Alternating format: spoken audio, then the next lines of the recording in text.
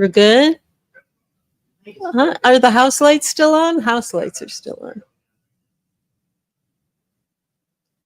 Oh, no.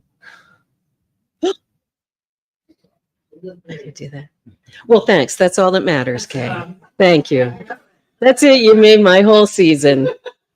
Welcome, everyone, to True Story, December 2024. My friends here, thank you all for being here. Thank you, writers. Thank you, Christopher. Thank you for volunteers, Eve and Tom and Paul. I'm going to thank you now in case I, get too drunk and crazy later. Our theme tonight is 'Tis the Season. We've used this one before in other holiday seasons, as a matter of fact. But this year just felt different, and I thought revisiting it now at a moment when I think everyone's feeling a little emotional about the state of the world and the state of our country and our well-being. And True Story is a place to show up and speak your truth and know that you are in a safe space where you will be whole. And I think that is the idea that I'm going to take moving forward, to be of service to all of our artists and friends who need to be heard at this time. We may not all agree, doesn't matter. We're all here together. We're all in it together. Welcome. Is that Eliza B? I see it. Oh no, it's Arabella. Another tall person. So I just wanted to especially thank the writers this time, because it was a very difficult time to write. And everyone expressed it. And yet here we are to celebrate our community, to celebrate in community, and to tell some truths. True story is a phrase we use when we're both about to tell the truth and or embellish upon it. We have been doing this since May of 2015, which makes us 9 years old today. No, in May. And we're going strong. We have started live streaming last year, and we soon will have a revamped website with the recorded content on it. So please keep your eyes and ears open on the interwebs. That will happen during January. But right now, we have a big holiday event to get through. So let's just get started. We're going to start with Abira Ali, Gordon Henderson, and I'm not going to tell you anything else because I know they're going to explain it all. But give me a second to get up there and get situated, because I'm pressing the buttons for the projector. So,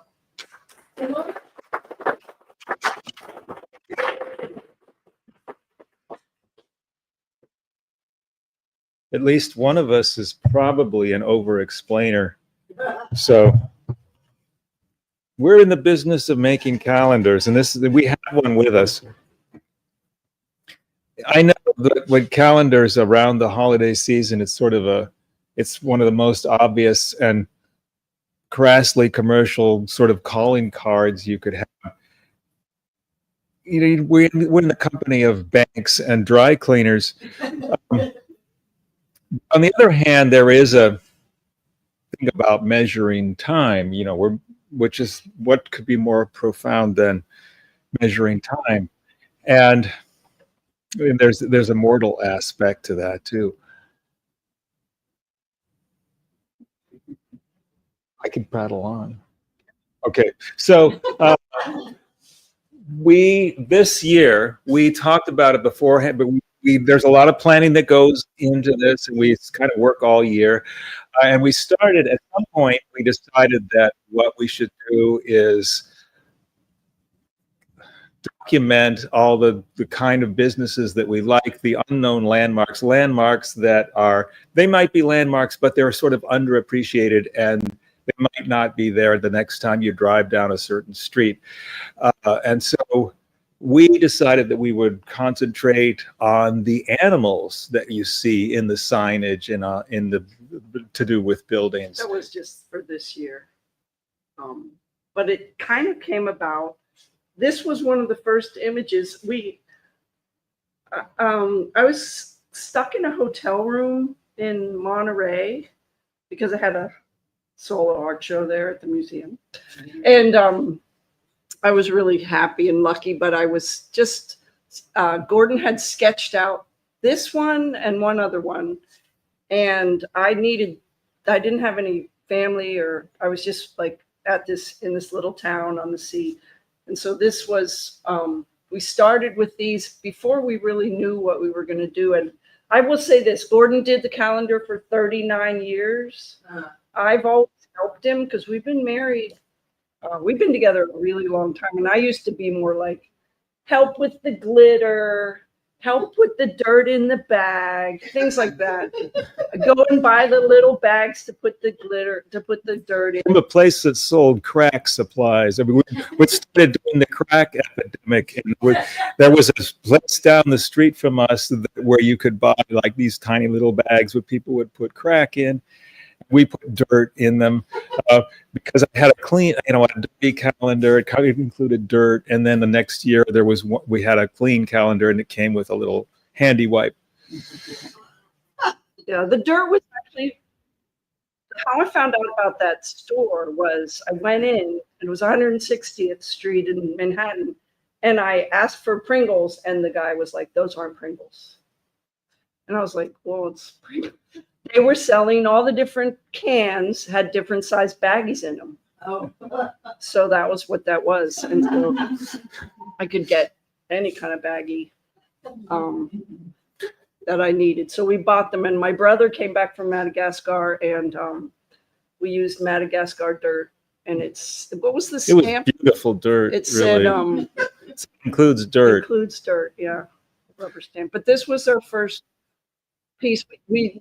Last year we did the calendar together, where we did all the artwork, the reason I ended up joining him with the artwork was Gordon had a few pieces and he couldn't finish them, and he was ready to give up the calendar altogether. And I just said, well, I'll finish them for you. And then we started just painting on them together. And this one is, you probably recognize, so some of them, we call it unknown landmarks, but some of the landmarks are actually, very known landmarks, like this one, which is the Chicken Boy statue, which is in Highland Park. The Chicken Boy, made by a fiberglass company, the International Fiberglass Company of Venice in the 1960s, for a chicken place. Called Chicken Boy downtown, and in 1984 the owner died, and a local hero in Highland Park, Amy Inouye,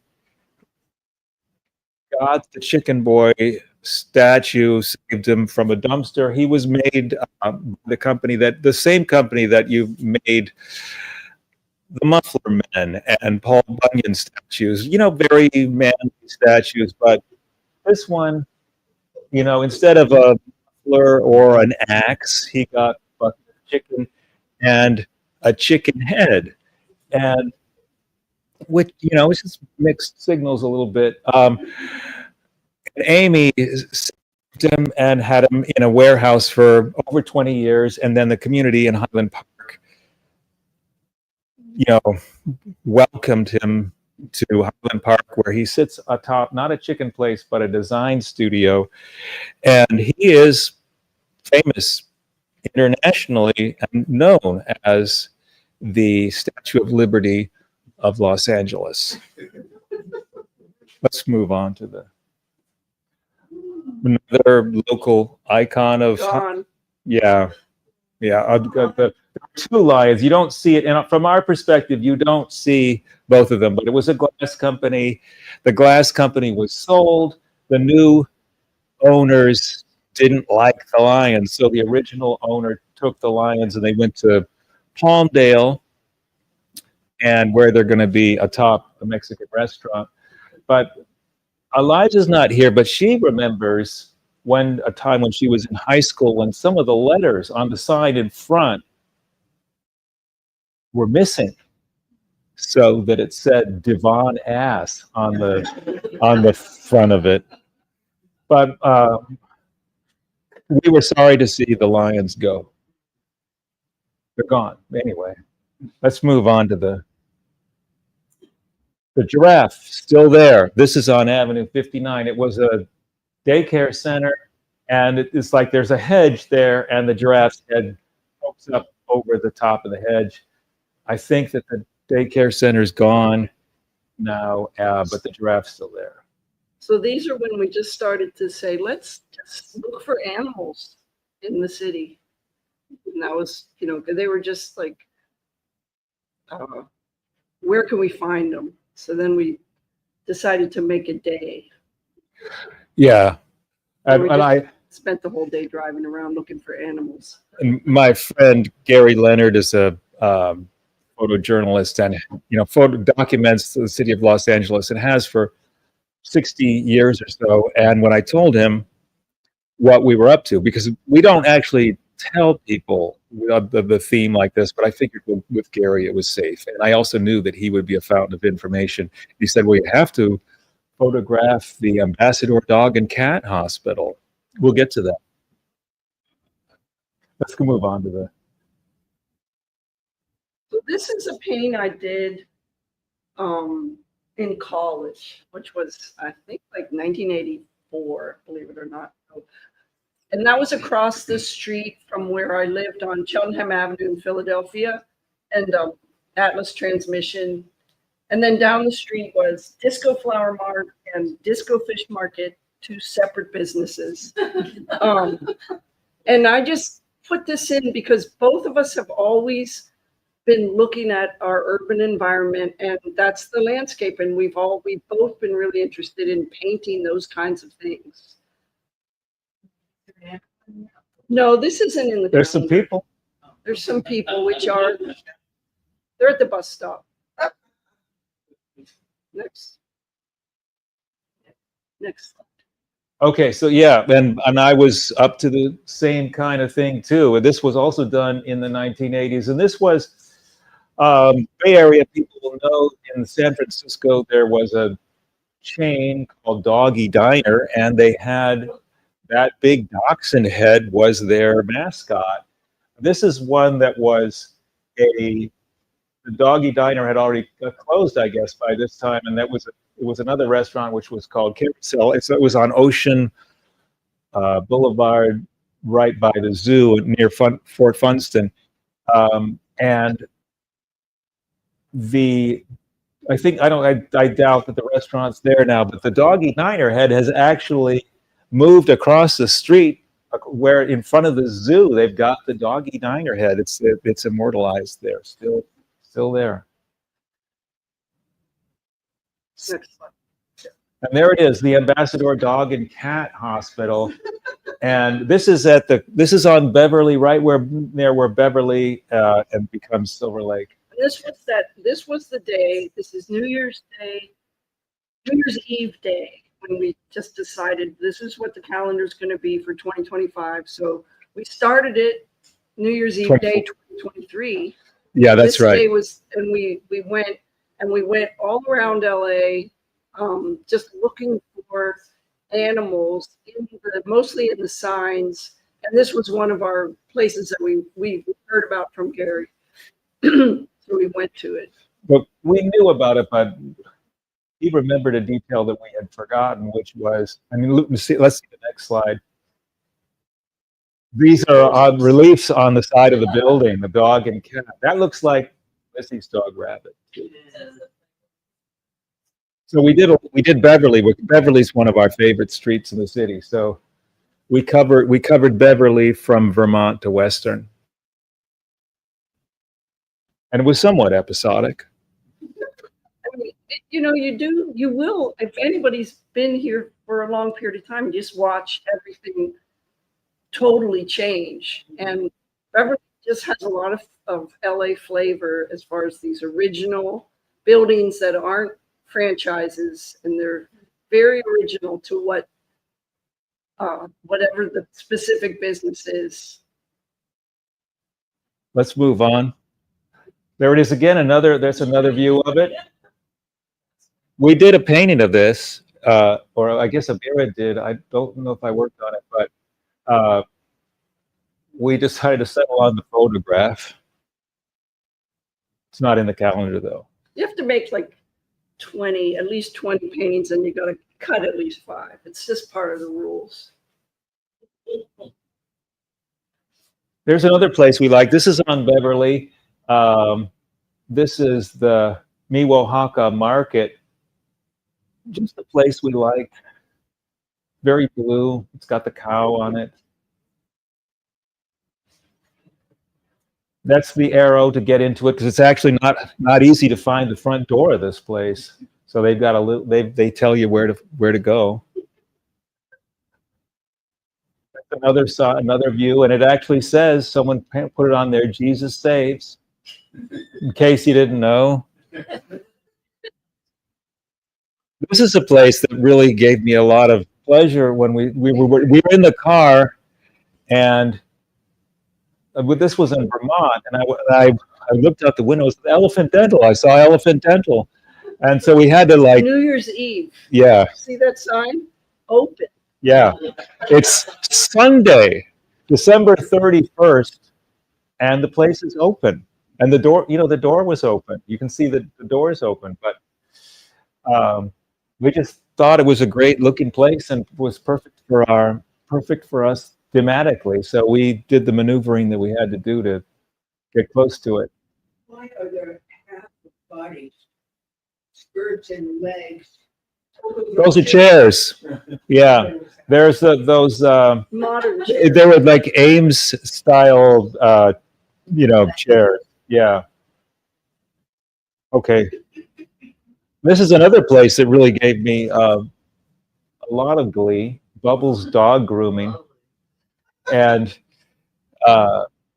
there's a thing about the calendar. If you look each year and you go to May and June, and you can figure out what the family favorites are, because Liza always calls her favorite for that month. I want that in my month, and that was what she wanted. She wanted Bubbles Dog Grooming in here. I did a little research on the place. There wasn't much online, but they did show what their services were, and one of the services that they offer is anal gland expression.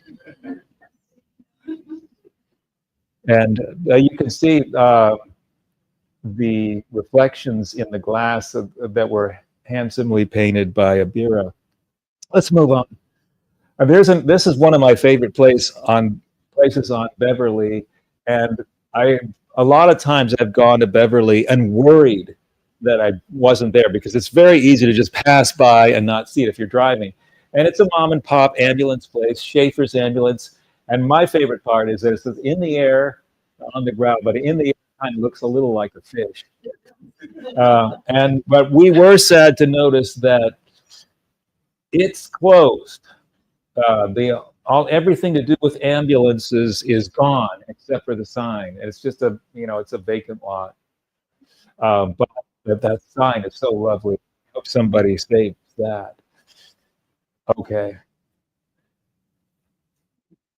We know this affectionately as the Crab Shack. It's called J. Boudreaux. This is on Western. It's just a place that Kind of a rundown place in an abandoned looking type. But it is It's still really good open. for landscape painting. Yeah. Next slide. There's another Crab Shack, and for as far as painting, it was a little bit of a toss-up with this place. An interesting thing about this was we split up and we were on foot, capturing different things. We were touristing it up out here, and I was waited here for a while. And this place was opened originally in 1965. It was still open when we were there. And we're going to see in a minute with the next slide, they had these horses' heads on poles, which I find intriguing. But I went back to Western a month or so ago, and this place was closed up and completely covered with graffiti. So it's like, that's one of these things where it's like you go one day and it's there, and the next time you go, it's a closed Target. or it's gone. Yeah, or a parking lot. Yeah. Next. Now this place, it's just what we just wanted to know. What do they do? What is that? Yeah. You can imagine that there's someone you go in and someone will play a saxophone for you. Or a mime? Possibly. Yeah. We didn't use this in the calendar, but we liked it so much that it has to be in the presentation. It could be in the calendar though because of the The Pegasus. Pegasus. Yeah. Okay, that's us. We're out in the wild here, and we're standing in front of this building where they're building a building, and it's completely covered in plastic. Shrink wrap It's shrink wrapped. on Beverly. Let's move on. And there it is again with a fire truck. And you know, our friend is a builder and shouted out, you know, why they covered the buildings in plastic. But you know, I don't want anyone to do that tonight. I would prefer not to know. I just want to know that they covered a building in plastic. Let's move on. Here's another place. This is Sam's Tacos in Boyle Heights. Boyle Heights is particularly rich in the kind of scrappy buildings that we Scrappy like. handmade things. Yeah, Handmade signs, hand painted. and it's It's sort of, not as gentrified as most places. This area. and Sam's Tacos is a little bit of sort of a themed drive-through where they have a big elephant, a milkshake cup, and a giraffe, which you go past when you drive, And a hamper. and a big hamburger. And another interesting thing about it is it was very hard to capture. We actually don't feel that we fully successfully captured it. We like this painting, but it doesn't. You don't quite get the feel of this place. Let's go to the next slide, because there's a picture of it. You can see it's multi-dimensional.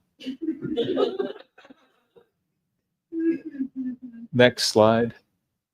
Okay, well this is where Toward the end. this is where it gets pretty episodic, because we were planning to go to our friend Julie's house, and she lives in Silver Lake, and we had been at Beverly and in Koreatown, and then gone to Boyle Heights in the car, and we drove back on the 101.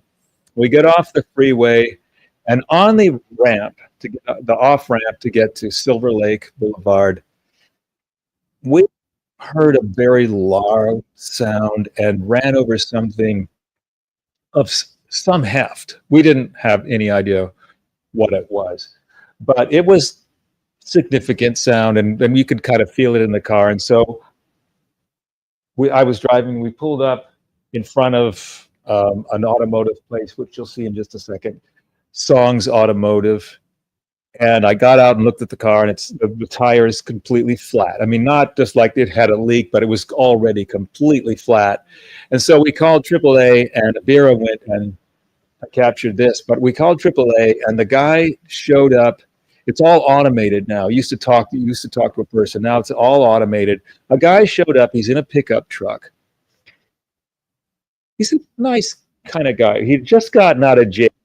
He's wearing Spanx, which he's wearing like short sleeves, short Very pants. tight shorts. Yeah, and his It's New Year's Eve Spanx. day. He's high, and he's got a tool which looked more decorative than functional, and he could not get the lug nuts off of my tire, so he couldn't actually fulfill the one thing that we needed him to do, because I had a spare tire. He was going to take it off and put the little donut on. It didn't work, so I sent him away and went through the same thing again, because they ask you their AAA asks you on their automated service, do you have a functioning spare tire? And we do. And I answered it truthfully 2 times, and after the second time, I did understand that they need you to say that you don't have a spare tire, so they'll send a tow truck. So they sent another pickup truck. The next slide. Well, but wait, Because this is where Yeah. we pulled out. That was where we pulled over, and that's we were wandering around while Gordon was negotiating. I went and took that other picture, and then I'm looking around, and this is closed. Everything's closing, and it's New Year's Eve, and we got to get this car to a place, or Pet because Boys. we're not going to have time. And we thought we could maybe, if we could get it towed, but AAA kept sending cars with people that couldn't fix it. But I walked around, and there was a guy in there, and he goes, "How's your day going?" I'm like, "Oh, it's not so good." And he's like, "Oh, let me come out and look at it. If you want to go to a good mechanic, this guy is so good." Now, And he fixed it. he had the real tools too. He had the tools.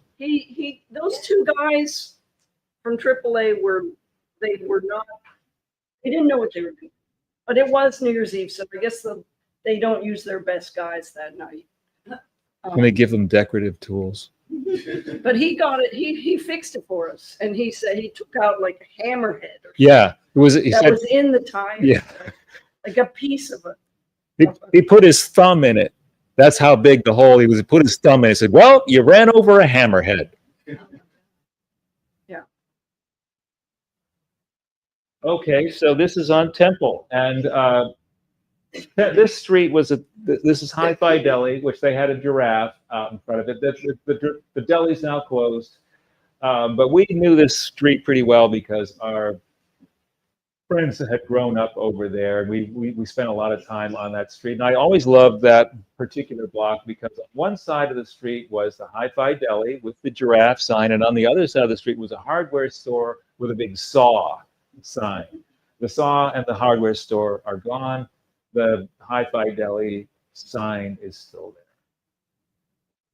there. Seth Rogen smokes. It's with some kind of show or podcast that Seth Rogen did, and that is Seth depicted there in the bottom. Next slide. This is the one place that we depicted where they actually have the real animal actually on the building. That's a stuffed marlin that is there on this Los Primos Mariscos. It's on Orange Grove, Pasadena. yeah, Pasadena. It's on Orange Grove in Pasadena, just south of Fair Oaks.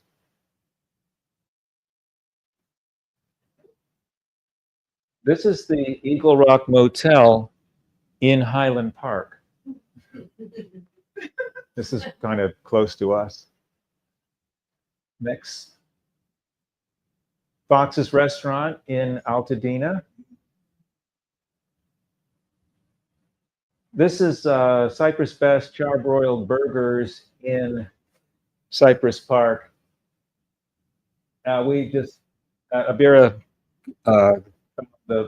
documented took a picture of this, and we just love the cat. And there's a guy that we knew, Ace Farron Ford. He was known in the neighborhood. He was a musician. I don't think he liked to call himself that. He was sort of an improvising musician.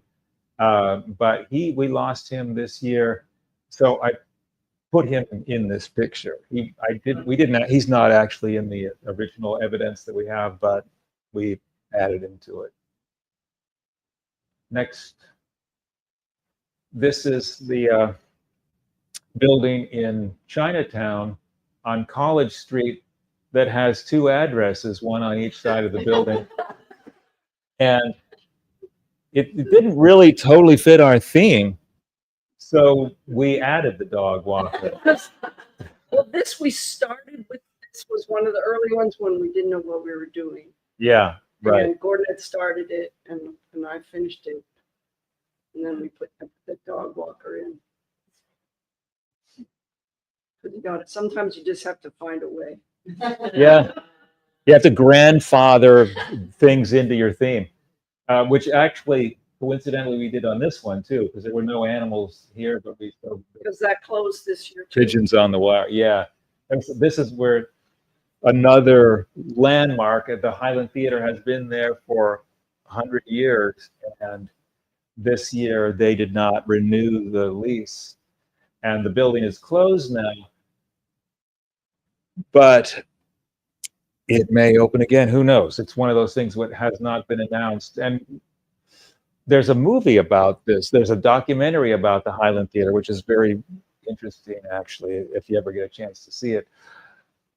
In 1973, vandals broke into because it was a grand, the Highland Theater was a grand theater, and it was, but in the early 70s, vandals broke in and really did some real damage to it. They destroyed the screen and other things, and there was like a little bit inexplicable. I don't know what motivated that. I don't know if they even know who did it, but the theater kept going. They survived that, and so sort of that was the point. And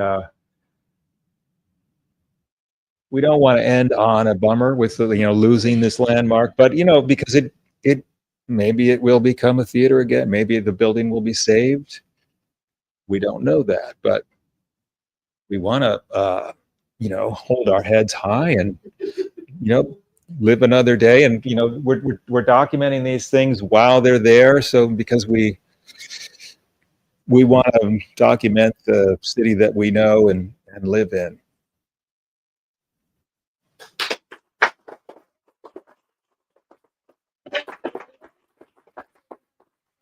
Here for sale for folks who are here, and how do people online order them? They can go to Walrus Art Shop on Etsy to order them. Okay, Walrus Art Shop. Walrus Art Shop. We're the only Walrus Art Shop out there. Thank you. Thank you.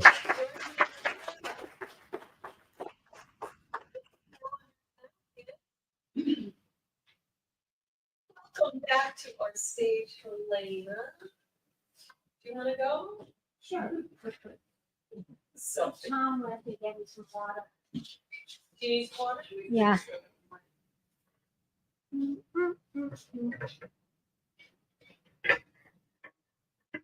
Oh, thank you. I don't know. You don't need to move. Oh, sorry. It's gonna hear you. Okay.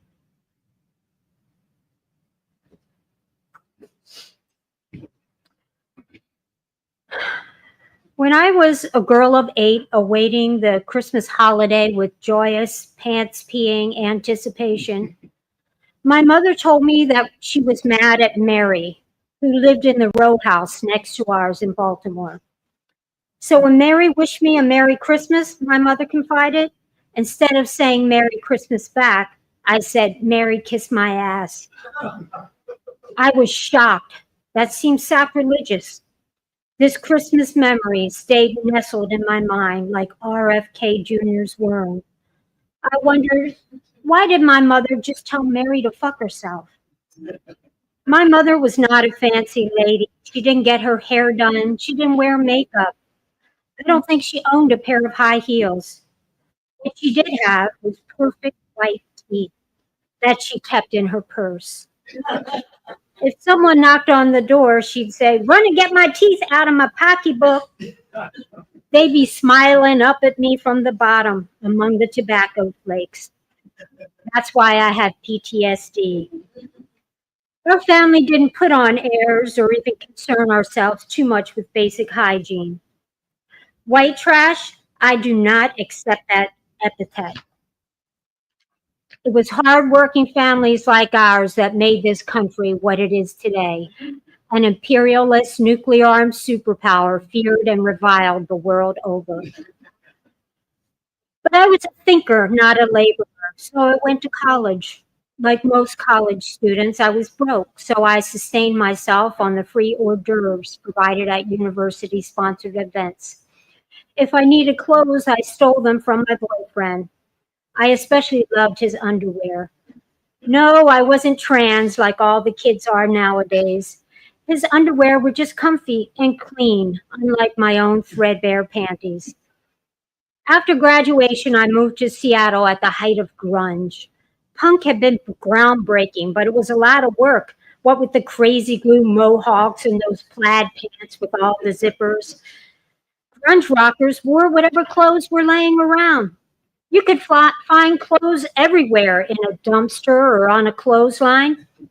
People didn't look like they rolled out of bed. They looked like they jumped off a freight car. Heck, I didn't even wear clothes. I spent most of those years in a tattered baby blue chenille bathrobe. I wore it to work, to the grocery store, to rock shows. I was making an important counterculture statement. When I had my first baby, I was suddenly part of another subculture, slovenly mothers. I'm sure you've seen them in the playground wearing their husband's old pants, their hair a bird's nest on top of their heads. Occasionally, they have no hair at all. As another slovenly mother explained, I was tired of the kids giving me head lice. Their diametrical opposite are the Mormon mommies. The pictures on their trad mom blogs show well-groomed women with composed curls. Their patriarchal God demands that they look attractive to their husbands. Slovenly moms don't necessarily believe in religion or shampoo. And why would they want to be attractive? Isn't that what got them into this whole mess? I was harried and haggard. I was looking after young children and working full-time as a nurse. At work, I wore red polyester permanent press scrubs, so I didn't have to worry about wrinkles or blood stains. On my days off, I wore whatever was puddled on the floor next to the bed. Eventually, I figured out a great life hack: just sleep in your clothes. That way, as soon as I got up in the morning, I was ready to carpe diem. This brings us to the Los Angeles winter of 2011, just a few days before Christmas. My sons Simon and Ira and their friend Max were attending a holiday camp at Wisdom Arts Lab. It was my day off, so I was home with my daughter Ada, who was only 2. Let me tell you a little about Wisdom Arts Lab. That place was hardcore. Smocks were banned. Needless to say, when I picked up the boys from camp, creative juices had flowed all over them. Of course, I didn't care. I wasn't looking too good myself that day, or any other, to be honest. It was around 3 o'clock, which is when kids start getting peckish. On the way home, Max saw a sign for Kentucky Fried Chicken and started lobbying hard. Then my children, who had never been to KFC, chimed in. I wanted our family to be vegetarian, although I didn't push it too hard after the kids started stealing meat out of our friends' refrigerators. I don't approve of fast food. KFC isn't a restaurant, it's a house of horrors. They torture the chickens, then the employees, and then your body. 11 spices and herbs, my ass. It's just salt and MSG, and probably corn syrup. They put corn syrup in everything. In the news, it's always meth this and that, but it's corn syrup that's killing the kidneys of America. Enjoy your dialysis. But I didn't want to be the politically correct elf that ruined Christmas. Did you know that KFC is a popular Christmas meal in Japan? The original Japanese franchisor somehow convinced the Japanese people that eating the deep-fried flesh of factory farmed chickens is a good way to celebrate the birth of Jesus Christ, the deity of a religion they don't practice. I turned my great white minivan into the parking lot. The boys ran in, leaving me to unbuckle my daughter from the car. She had kicked off her shoes, and when I tried to put them on, she refused. And she wouldn't put on her jacket either. And there was literally nothing I could do about it. You see, at the time, I subscribed to a crackpot parenting methodology called taking children seriously. The basic tenet of taking children seriously is that it is abusive to force your children to do anything, ever. You can't even make them take a bath or change their clothes. I'm not making this up. If I were, I would come up with a better name than taking children seriously. It might sound like permissive parenting, but it's not. When in conflict, you are supposed to creatively work out a win-win for both of you, even though you haven't had a good night's sleep in 10 years. But if your kids are even a little bit smart, which mine are, they quickly realize that you don't have any leverage. So you are constantly cranky from losing yet another round of contract negotiations. I gave up, slung my daughter over my hip, and made my way to the counter to purchase a single meal of fries and nuggets. I didn't want to ruin their dinner appetites. At the table, the kids started complaining right away. That's not enough food. We're starving. What are you talking about? I said. That's plenty. I stood over the booth trying to keep order as they fought over the food. Hey, that's enough for you, I growled, swatting my son's hand away. You better share because that's all you're getting. A few minutes later, one of KFC's poorly paid employees came over and put an enormous takeout bag on the table. What's that? I said with disgust. I didn't order that. The lady over there bought it for you, he said, pointing at a portly, well-dressed woman carefully rubbing the grease off her manicured hands with a napkin. I went over and asked, why did you buy us all that food? If she had answered with something like, I just wanted to treat y'all for Christmas, I would have graciously thanked her and then threw the food in the garbage as soon as her back was turned. Instead, she said, like someone who has the phone number for CPS memorized, I can see that you can't afford to feed your children. I was insulted. I worked hard to take care of my family. I pointed out the window at my minivan, which was my prized possession. Yes, it's a gas guzzler, but I needed it to cart my kids to enrichment classes. See that minivan I barked? It's mine. She rolled her eyes. I have money to buy my children food, I snapped. I just don't want to. Then I heard a commotion and turned around to see that the kids had ripped into the takeout bag and were frantically shoving greasy chicken flesh into their holes. So I had to go over to the table to get that chaos under control. On the way out, the woman stopped by and thrust a $20 bill at me. What's this for? I chuckled. I told you I don't need money. Then she hissed, why don't you buy that baby some shoes? As she walked through the door, I called out, Mary, kiss my ass.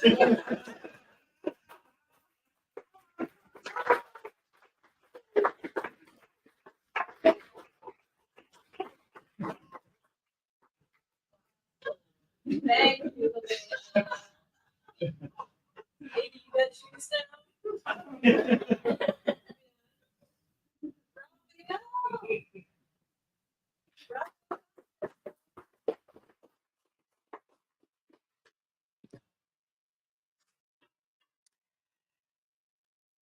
I have been ambivalent about December the 25th for as long as I've been an adult. Growing up in my household, the only reason Christmas was memorable was because of the presents we received. My parents were not religious. We didn't attend church regularly. And although my parents knew that Christmas was about the celebration of the birth of Christ, they didn't connect any religious meaning to the holiday. And so neither did I. We celebrated Christmas because that's what everyone else did. The day had about as much meaning as Thanksgiving or the 4th of July. We always had a Christmas tree and presents underneath that tree, but somehow the exercise felt hollow. Once you grow up and you don't have the anticipation of presents to look forward to, and if you happen to have serious reservations about Christianity itself, then you ask the question, what is Christmas for? But even with my unenthusiastic history with the holiday, I do have some Christmas days that stand out. Like the one time my family traveled home to my grandparents for Christmas in 1969. We packed up our Rambler station wagon and we drove from Colorado Springs, Colorado to Bassett, Virginia. My father was stationed in Colorado at the time. I remember this because we drove halfway across the country and we never left the car. No hotel or motel stays. When Daddy got tired, he would just pull off into a rest stop and sleep for a few hours. I remember me and my brother Tony, we would pee into mason jars to avoid stopping anywhere to use the restroom.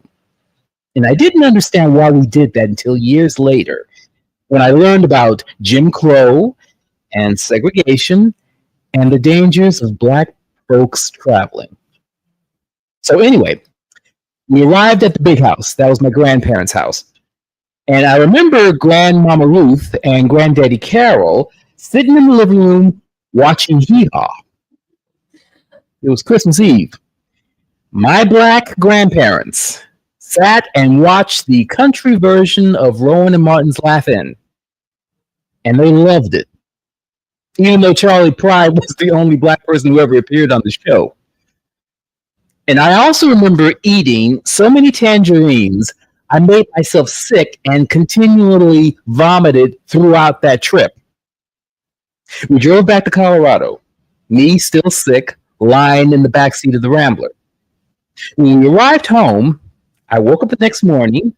Our neighborhood was covered in a thick blanket of snow. I begged my mom to let me and my brother Tony outside to play. And when we ran out the front door and we plunged into all that whiteness, the snow came up to over our waists. The air was warm, and the snow tasted crisp and clean. And I remember thinking, how could it be so much snow and it be so warm I could take my coat off and not feel cold? I was 7 years old, and in my mind, that was Christmas magic. The following Christmases were uneventful until my father was stationed in Germany in the mid-70s. For 3 years, we lived on an American military base located in Münchweiler under Obalb. It was a picturesque village that could have been taken out of Grimm's fairy tales. One December night, a group of us neighborhood kids decided to go Christmas caroling. I had never been caroling before, but I was excited. I remember thinking, this is just like those Christmas movies I used to watch, like A Christmas Carol. We made our way to each apartment building on the block, and we stood in every courtyard singing. People came out onto their balconies to listen. Our group arrived at the last apartment building, and we sang our few songs, and just as we finished, there was a man standing in the balcony of the third floor south building, and he started to sing in this beautiful baritone. Stillige Nacht, heilige Nacht, alles schlaft, alles wacht. Silent night, holy night, all is calm, all is bright. That man sang Silent Night in German to a bunch of American kids under a moonlit night in a village in Germany. Oh, that moment was magical. My last memorable Christmas occurred when I lived in New York. There was a 3-year period after grad school when I lived in Washington Heights in Upper Manhattan in a barely furnished apartment by myself. I was working several jobs in order to pay the rent, was going to auditions, and I was doing badly. It was a rough time. But every Christmas Eve, I would go to the Cathedral Chapel of St. John the Divine and watch Paul Winter's Winter Solstice concert. It was a free concert open to the community. The cathedral was always filled with New Yorkers, there to listen to Winter's ethereal holiday jazz program. And as he went through the program and the evening drew to a close, tiny handheld candles were being handed to the audience. Thin white rods with a paper cone at one end to catch the dripping glass, to capture the dripping wax. Thousands of flames flickered softly in the dimly lit cavernous cathedral as Winter's soprano saxophone echoed off the walls and into the rafters. Being among hundreds of New Yorkers in that house of worship, listening to jazz was the closest I felt to what Christmas should be. So, there are dozens of festivals and holidays that occur this time of year. There are over 50 worldwide celebrations in December alone. These celebrations are not solely about religion or dogma or gifts or commercialization. These festivals are about the human need to connect. They're a celebration of life and an appreciation of what we have right now in the moment. So the Christmases that meant the most to me were the times when I was with other people in communion, getting sweaty with classmates at a holiday dance party, or at a winter solstice concert in a beautiful historic chapel with hundreds of others, or at a small dinner with a few friends playing games and laughing. The magic all depends on the people you're with. And so that's the thought I'm going to hang on to as December the 25th rolls around. Thanks.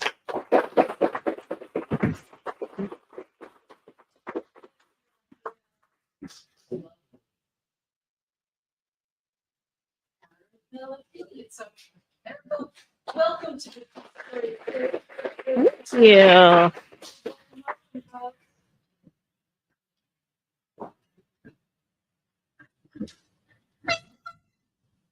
There we go. Okay.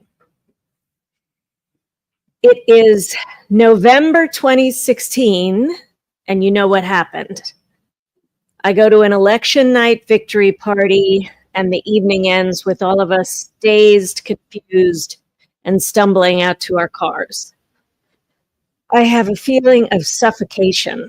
I want to run for the border. I have 2 young boys, ages 5 and 9. I've been widowed just a few years before. I feel vulnerable. I want to protect them. I want a better life for them. Like a lot of people, I become obsessed with leaving the country. I know some dude who knows another dude who has successfully done it. He traced and proved his ancestry and won Irish citizenship. Hey, why can't I make this happen too? 23andMe says I've got some Irish blood. So I hatch a plan. We'll go to Ireland over winter break and discover our Irish roots and get our papers. It'll be easy. So I scour the internet and I find a lovely Irish family looking for a home swap. And when I reach out on WhatsApp, I'm met with silence. Really? The mother of 2 girls said, you want to come to Dublin now in December? Do you know, are you aware it's cold and miserable here? No one in the whole world wants to come here. But I say, we do. We live here in California and it's sunny and hot almost 365 days a year. And with climate change, it's only getting worse. Winter, I say, bring it on. She's tickled and she says, oh, we just love LA. We've been twice already. The sunshine, the palm trees. Our favorite spot is a place called Van Nuys. Have you heard of it? Oh, we love Van Nuys. Well, she tells me that her town, Dalkey, is this beautiful, quaint seaside village located just 20 minutes outside of Dublin city center. It's famous for Vikings and medieval castles, windy roads and historic architecture. And oh, by the way, Bono and the Edge have houses there. So I say, hey, come on, who's getting the better deal? So we're going to Ireland. I clean the crap out of my house. I find some cheap flights, and we're off. We arrive to a lovely, welcoming family home in a beautiful seaside setting. We wander around the village and explore the coastline, the one-lane roads and scenic walks. In the center, it has its own medieval castle, and it's open to the public. We find this glorious neighborhood park and playground on a huge hill with another ancient castle at the top. It's the most beautiful park we've ever seen. The castle, which you can hike up to, it looks out on the water and down onto the beautiful large green space. You can take a zip line almost the whole way down. And we love it. We stay into the evening there. One day we buy a chicken and some produce at a local convenience store, and it is the most delicious non-GMO farm-to-table meal that I think I've ever tasted. It's less expensive than it would have been in the US, and it's fresh. We learned to take the metro from the little town into the city center, and it's faster than easier than even traveling from Brooklyn to Manhattan. We visit museums. I see a play at the Abbey Theater. We travel to the Wicklow Mountains, and we go to the Irish Diaspora Museum, and we learn that apparently everyone in the world is actually Irish, including the Beatles, Madonna, and even President Obama. Finally, I get a solid hint from Ancestry.com, a name and a place for my great-grandmother, Ellen O'Connell, born in County Cork. But we're leaving the day after tomorrow, and there's not enough time to go. So for our last day, on a whim, I decide we'll hop on a tour. We ride about 30 minutes outside of Dublin city center, where suddenly we're surrounded by an explosion of lush, rolling hills of green all around us. They say our first stop is the Great Hill of Tara. We follow our guide up the Great Hill. The closer I climb to the top, the more I struggle. My body feels like it's going to be lifted up and blown away by this great and terrible wind in this ancient place. Our guide shouts at us above the deafening roar of the gale. Look around you, he says. See, from this hill, almost all the counties of Ireland can be seen. For thousands of years, this was the seat of power, and all the great kings were crowned here. And St. Patrick came and gave his great talk, where all could see and hear it. And I stand at the top, and I look out at what seems to be all of Ireland, and I feel a strange cosmic electricity and ancestral power. Thousands of years of human history at my feet. I see what the great kings saw, and I feel connection rather than isolation. I'm teleported back into ancient history. So awed, we all float back to the bus. Our next stop, we arrive at a large open field, and we walk silently ahead toward this gigantic green earthen mound with Stonehenge-type rocks arranged ceremoniously around it. And a stillness falls over the group. This mound appears to be a type of ancient monumental architecture built into the earth. It has green grass on top and intricate stonework placed all around it. And the guide says, this is Newgrange. It is dated between 3,300 and 3,000 BC. That is 1,000 years older than the Egyptian pyramids at Giza. Ireland's first farmers erected this extraordinary megalithic edifice and decorated it with ornate, abstract, carved stone motifs, carefully constructed in the Neolithic period and preserved for thousands of years. It is a pass-through tomb where ancient burial rites took place. His eyes shine brightly as he tells us, and he says it was not until 1967 that they discovered that once a year, at the exact moment of the winter solstice, the tomb is magically flooded with bright light in this fantastic display of astronomy and ingenuity. The place is breathtaking, this masterpiece of engineering, impossibly ancient, and yet here it still stands, perfectly preserved in the bogs of this country. If a fairy and a hobbit got together and built a pyramid, that's the only way I can describe it. But all over the world, these giant, impossible archaeological feats of engineering can be found. From South America to Asia, from Africa to Europe, from the Middle East to Polynesia. And some are 10,000 years old. Who were these great people? How did they do it? What are they telling us? I feel a deep sense of peace and purpose. Many of these ancient civilizations existed for thousands of years.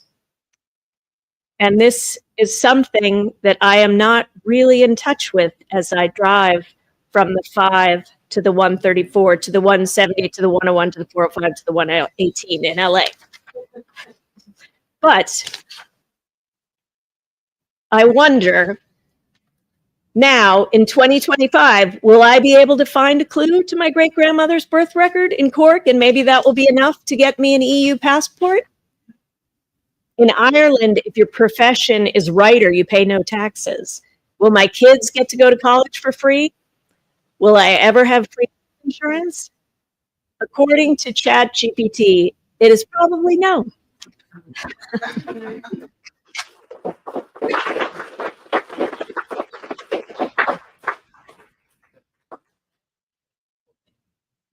It really was. Thank you. Angela Bullock.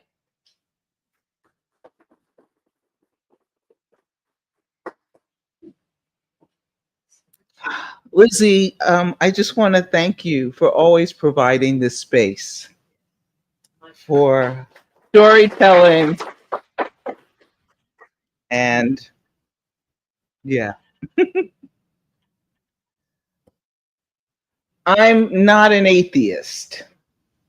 I believe there is something beyond our knowing, some force that connects all living creatures, or perhaps even all matter. And I'm not quite an agnostic, believing there is no way to know the nature of God. I believe that in time we may know the true nature of whatever intelligence governs all existence.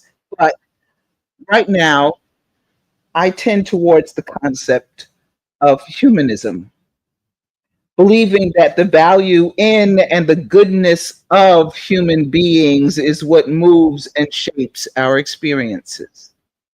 That is where I prefer to put my faith. And that faith is being sorely tested right now. I feel as if I'm teetering on the edge of a cliff.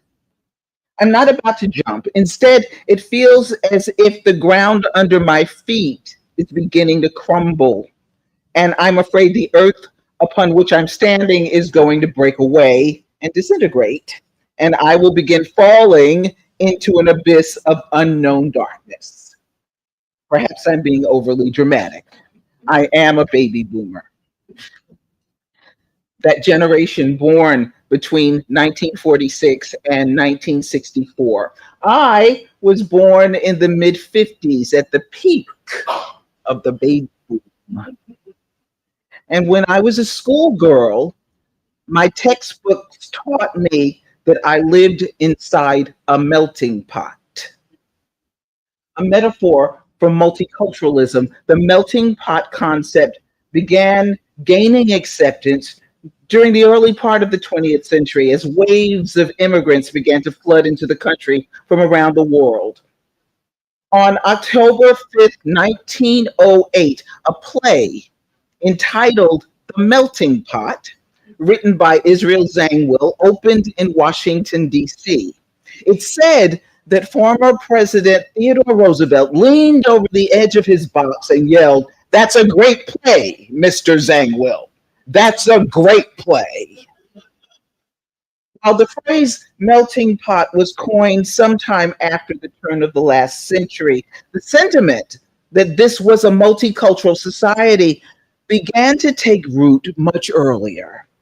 The Latin phrase, e pluribus unum, out of many, one, was a motto meant to describe the new country. Its use was suggested by a committee on July 4th, 1776, the day the Declaration of Independence was signed. We know that many of the founders were slave owners, and the myth of white supremacy was also mainstream at the time. Still, a seed was planted, I believe, for many Americans around a novel idea that many could become one. And as I grew, the idea of being inside that melting pot took hold of me. At the same time, while growing up in a Christian family, I struggled with the various myths I learned in Sunday school and distinctly remember debating my pastor early one Sunday morning. "But what about the dinosaurs?" I asked, having seen the giant bones at the Museum of Natural History. I was convinced that those beasts could not have fit inside Noah's Ark. Over time, the narratives that piqued my skepticism included the Christmas story. If I had been asked to choose between the story of a virgin girl giving birth to the Son of God inside a manger surrounded by farm animals, and a metaphor that suggested people from all over the world could come to one place, mix and mingle to make something new and call themselves Americans, I believe I would have chosen the latter. Being inside a melting pot, mingling into a thing that united us through a set of shared values, freedom and liberty. Now that was the concept my social studies loving self could get behind. The melting pot theory encouraged a feeling of safety inside an identity. The concept brought me comfort.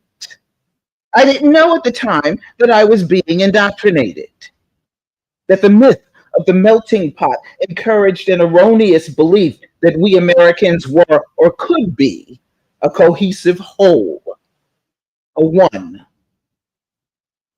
By mid-century, the concept was an overriding theme in U.S. public school textbooks meant to unify the descendants of worldwide calamities: the Irish potato famine, the Opium Wars, the pogroms of Eastern Europe, the newly formed Iron Curtain, the Holocaust, Castro's Cuban Revolution, but also people just seeking better opportunity. And then there is that great internal movement of humanity, the migration of over 14 million African Americans out of the former slave states over a 70-year period starting in the early 1900s and ending at or around 1975. My family was part of it, settling in Brooklyn, where I benefited from President Johnson's war on poverty initiatives and was first taught the myth that I lived in a melting pot. However, I've grown up. It's taken a while to remove the blinders from my eyes, but due to recent developments, I've finally given up my fantasy. I have a beautiful niece who refused to take the COVID vaccine when it was finally made available because she was afraid it was going to leave her barren. I have a cousin who voted for Trump because Harris wasn't godly enough and she felt that Trump was. I have an old friend who is an anti-vaxxer, thinks the World Health Organization is the devil's handiwork, and hero worships Robert F. Kennedy Jr. And I just discovered that one of my husband's nephews is a serious flat earther. No, look it up, he said over the phone. You can find it on Google. This is my cliff. This is me teetering on the edge. We Americans are far from alike, as the last election has made blatantly clear. My vote was me clinging to that old childhood fantasy that enough of us shared the same vision of who we are. The Constitution is what I'm attempting to cling to right now. I have the First Amendment taped to my bedroom wall. I placed it there earlier this year when I held a greater sense of hope in my heart than I do right now.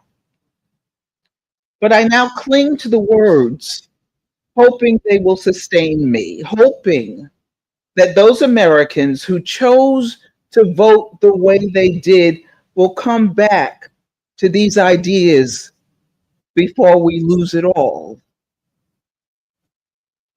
Congress shall make no law respecting an establishment of religion or prohibiting the free exercise thereof, or abridging the freedom of speech or of the press or the right of the people peaceably to assemble and to petition the government for a redress of grievances. That little girl is still inside me. The child who believed that this is what it means to be a free American, not the price of eggs this week or the fear of a transgender child. That little girl has no choice but to cling to her belief, because the opposite of those words could mean her destruction.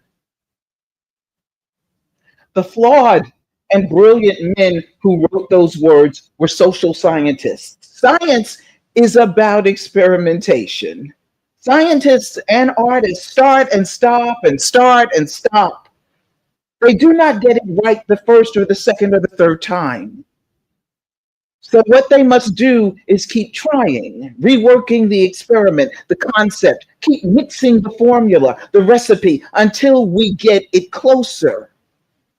We keep stirring that pot, mixing those flavors, and still we may never get it right because the world keeps spinning and the universe keeps changing, and human beings are very human beings.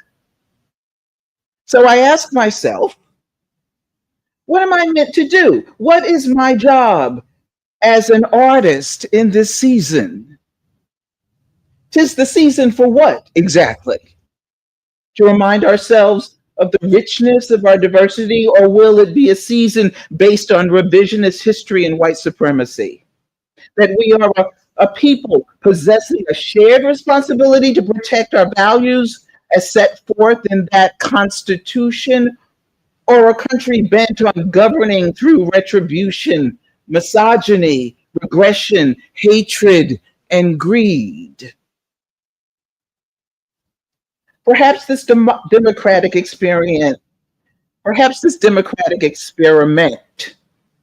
is as much a fantasy as the myth of the melting pot. We are about to find out.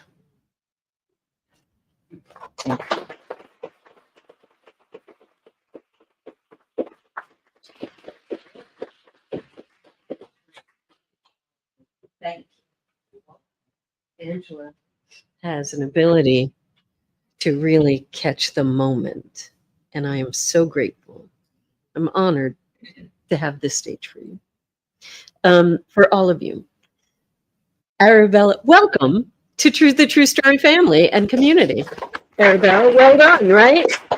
Helena, Angela, Rafeal. There's no one there. They're over there. Gordon and Abira.